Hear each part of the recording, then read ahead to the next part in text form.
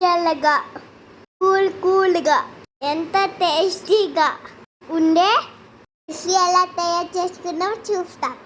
ఉండే బాటిల్లోనే లస్సీ చేసుకుందాం. ఫస్ట్ ఇంట్లో ఉన్న పెరుగు తీసుకొని, ఇంట్లో ఉన్న పెరుగు కాబట్టి లస్సీ చాలా టేస్ట్గా వస్తుంది. మిక్సీ జార్లో ఆ పెరుగు అంటే వేసుకోవాలి.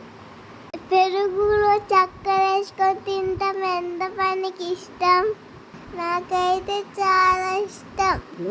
ఈ పెరుగులో ఐస్ క్యూబ్స్ వేసుకొని మీరు చేసి తగినట్టుగా షుగర్ యాడ్ చేసుకోండి. చక్కెర వేసుకున్న తర్వాత ఒక ఇలాచీని కూడా యాడ్ చేసుకోండి.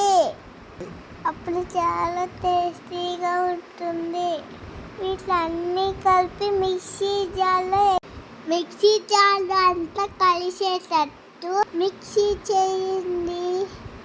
తర్వాత గ్లాస్లో సర్వ్ చేసుకోండి. ఎంతో టేస్టీ లస్సీ తయారైపోతుంది.